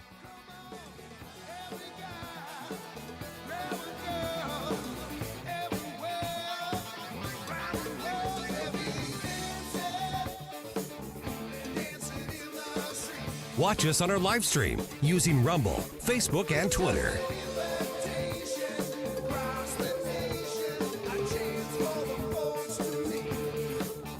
From the Michaels Flooring Outlet Weather Center. Hit and miss showers will turn into a few thunderstorms by late this afternoon, and some of those storms west of St. Louis could be strong with some small hail or gusty winds. We are looking for most of that rain to move out overnight, and lows in the 50s. Saturday looks gorgeous with a high near 80 and sunny skies, but it looks like a few more scattered showers on Mother's Day, but lots of dry time in between. In the First Alert Weather Center, I'm KMOV meteorologist Kent Earhart. Columbo here for my friends at Bluff City Outdoors in Alton. The knowledgeable staff at Bluff City has served the St. Louis outdoor community for decades, and they can take care of all your bow hunting needs, all your trapping needs, all your fishing needs, and more. Plus, while you're there, you can schedule a trip with a local fishing guide and shoot in their archery range. Bluff City Outdoors is open 7 days a week, 1 mile east of Fast Eddie's at 2813 East Broadway in Alton. Follow them on Facebook and at bluffcityoutdoors.com. Grab your shotgun and mark your calendar. The 11th annual Jeff Hansen Memorial Foundation Sporting Clay event is Saturday, May 16th at Black Hawk Valley Hunting Preserve in Old Monroe, Missouri. Enjoy 56 clays, breakfast, and lunch, all included for just $195 per person. Or enter a team of 4 with a golf cart for $750. There'll be door prizes, gun raffles, and trophies for top teams and top shooters. Reserve your spot by May 8th at jeffhansenmemorialfoundation.org. You never know who you'll run into at Sugar Creek Golf Course. Stop by the News Talk VIP Lounge inside the Sugar Creek Clubhouse and catch familiar faces like Jamie Allman, Mike Ferguson, Tim Jones, Nick Schroer, and more from the News Talk STL team. Grab a cold drink, say hello, and take in the atmosphere. And before you leave, swing by the Pro Shop to pick up your official News Talk STL polo. The Sugar Creek Pro Shop is the only place you can get one. It's all happening at Sugar Creek, so don't miss it. 1949, the last time a Republican held the top post in St. Louis City. A gallon of milk was 84 cents and streetcars ran down Grand Avenue. Unfortunately, St. Louis City streets are no longer the epicenter of family and business life. In the 80 years of Democrat control, our city has been on a steady decline. Hello, Kirk Ilsinger, chairman of the Republican Party for the City of St. Louis, and we believe it is our duty to provide a different path forward. I invite you to our meetings the first Thursday of every month. Learn more at stl-gop.com. Paid for by St. Louis City Republican PAC. Curtis Farber, Treasurer. Hi, this is St. Louis County Councilman Mark Harder reminding you to check out my new show this weekend. The St. Louis County Insider with Councilman Mark Harder. That's me. Every Sunday evening at 5, we will explore with you behind-the-scenes stories and information that you won't hear anywhere else. Plus, we talk to decision makers and influencers that have impact on what's going on in St. Louis County and beyond. The St. Louis County Insider with Councilman Mark Harder. I'll talk to you Sunday night at 5, only on News Talk STL. 1 in 4 women will have an abortion before the age of 45 in this country. That's the tragedy we must work to stop. Mike Ferguson from The Morning Show here, and that is why Reach Reproductive Health is here, to empower parents to save the lives of innocent children and to see these families come to Christ. And you can be a part of saving and changing lives. So pray and visit outreachforlife.org to learn more, volunteer, and donate. That's outreachforlife.org.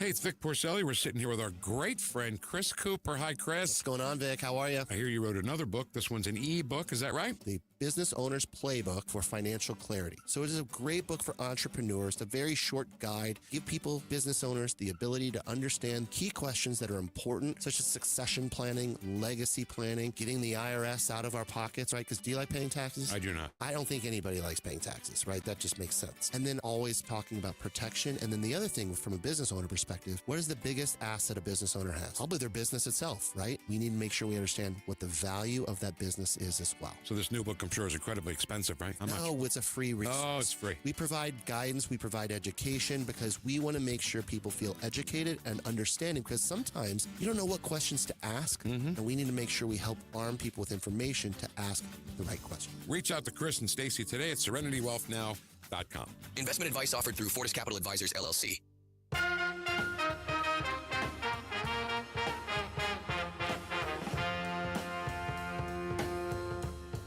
You're listening to Tim Jones and Chris Arps.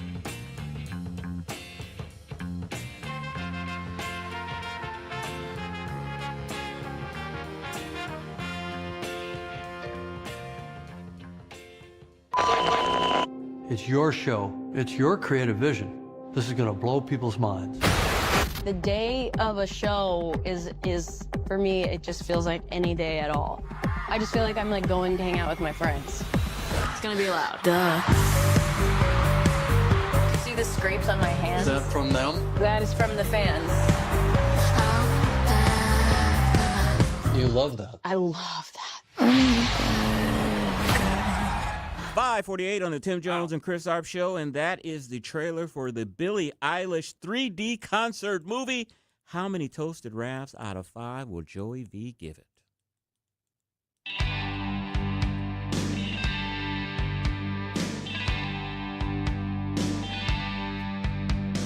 Joey, baby, what movie are you playing? Brought to you by Harry J's Steakhouse in Moscow Mills. Joey, before you get started, I have one question. How do you direct a concert film? Is it more editing it? I think you need a tripod. That's all. Okay. All right. Do your thing. And a GoPro. Yeah. How do you direct a concert film? Yeah, you put a GoPro on them and they just run around. That's all. Oh, okay. Well, you know, easy. Pretty simple. You got a whole stadium full of 30,000 people with their phones out. They're not even watching it. They're watching it through their screen, and then they just submit that footage in, I guess. And then it gets automated by AI to edit together. And you make millions of dollars as the director of it. Exactly. All right. Today we're talking Billie Eilish, Hit Me Hard and Soft, The Tour, left parentheses, live in 3D, right parentheses. Very easy to Google. I don't understand why you guys don't know what movie I'm talking about.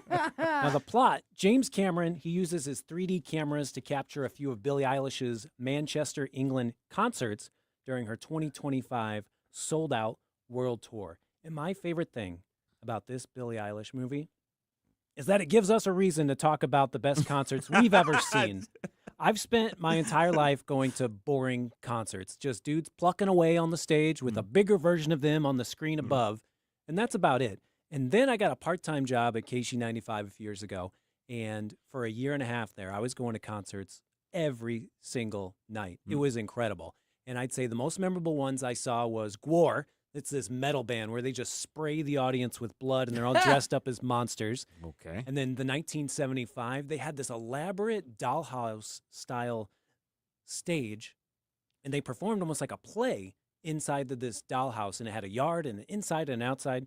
And then, of course, Kiss. I mean, that's the epitome of what I think of concerts, where you got pyrotechnics, lasers, you got Gene and Paul flying over you, giant inflatables. So those are the type of concerts that I think would be worthy of a 3D film. Can you, Chris, think of any concert, maybe your best one visually, the one you like the most? I got to tell you, first of all, my first concert that I ever went to was a Old Head concert. My parents used to own a business, and we did remotes with a local R&B station. And so Johnny Womack, who was a big, huge R&B fan, he came to the store, signed autographs and everything, and we got tickets to the show. Signed your wig? Signed my wig. So I'm at a concert. I'm 15 years old. I'm at a concert it was at the Keel in the Round with like 30, 40, 50, 60-year-old people as a 15-year-old kid. But I like Johnny Womack, some of his music. But the thing that I remember the most about that concert was, these are adults, older people. And about halfway through the concert, I got a waffling of marijuana there at the concert. I'm like, wow, this is pretty bold. This is pretty packed in. It's not a big, huge arena. And these are like adults. That's what they smoking call marijuana. lower bowl tickets? I guess so. That was my first concert experience with old heads. Okay. Tim, you have anything that blew your mind when you saw it? Yeah, I've seen U2 a number of times. Oh, yeah, one of the most famous ones ever. They're probably one of my favorite bands of all. Zoo TV? That's the one everyone talks about. I had to look it up because I had to remember what year it was. 1992, Philadelphia, the old Veterans Stadium, which I think they've torn down since then. Yeah. And it was really spectacular. It was the Zoo TV tour. U2 has been putting on performances, not really concerts, right? Ever since they hit it really big. And I saw that concert there in Philly when I was at school at Fordham. We drove down to Philly from New York. And then I saw them a couple years later at the Meadowlands, which was just as massive. Although I would say the Philly one was probably a better show. And then Suzanne and I went up to New York in 15, 16, and saw the whatever the concert was at that time at Madison Square Garden. And the Madison Square Garden show was pretty kick-ass. So I'm a big U2 fan. They put on epic concerts. There's a lot of lights and sirens and a lot of activity going on. And they keep you focused on the band the whole time. I'm sure they'd be great in the Sphere. I think they did a stay over there. Yeah, I didn't get to go see the Sphere. I really wanted to, but yeah, they're pretty cool. And live music is incredible. Go see it. Yes. It's always great to see the fingers up close, what they're doing with the instruments. They're actually playing them. Seeing a movie theater concert pre-recorded, it's always a weird thought. I've never done it my entire life. I've never stayed and watched a concert in a theater. I do like it starting on time and being able to sit. I mean, that's always my worst part of going to concerts, having to stand. Your feet are killing you by the end. And I don't know a lot about Billie Eilish. I love that Bad Guy song that was in the trailer, but her songs that she's won the Oscars for, they're pretty boring. The Barbie one, very boring. The James Bond one, very boring. And it turns out most of her concert is kind of boring. It's acoustic type stuff. It's just simple piano stuff. I have no idea why James Cameron chose to film this one. It's an interesting pick. It was like, we're going to pay you so much money, you can't refuse. It sounds like it was an easy one to film because her stage is just a figure eight, and that's it. They light up a little bit, but when she plays the Barbie song, the stage turns pink, and then when she plays a Moody song, it turns red. And her band, it's a live band, but they're sunken in the orchestra pit in the middle of the stage, so you can't even see them. There's no backup dancers. She says she loves rappers. Rappers put on the worst concerts. They're just running back and forth with 10 other guys on stage going, yeah. They got dancers, though, too. And sometimes they don't even have live music. They just have their CD that they're mumbling over. And that was the kind of energy that she was putting off. I think it was because it was easy to film because James Cameron could just put his 3D camera on a tripod on wheels and just circle it around her. And that's about all they did. I give this thing a 2.5 out of 5 because I did find a few songs that I liked that I didn't know I would like from Billie Eilish. And you could see the love that her fans have for her. I mean, they are so excited to be in this intimate performance with her.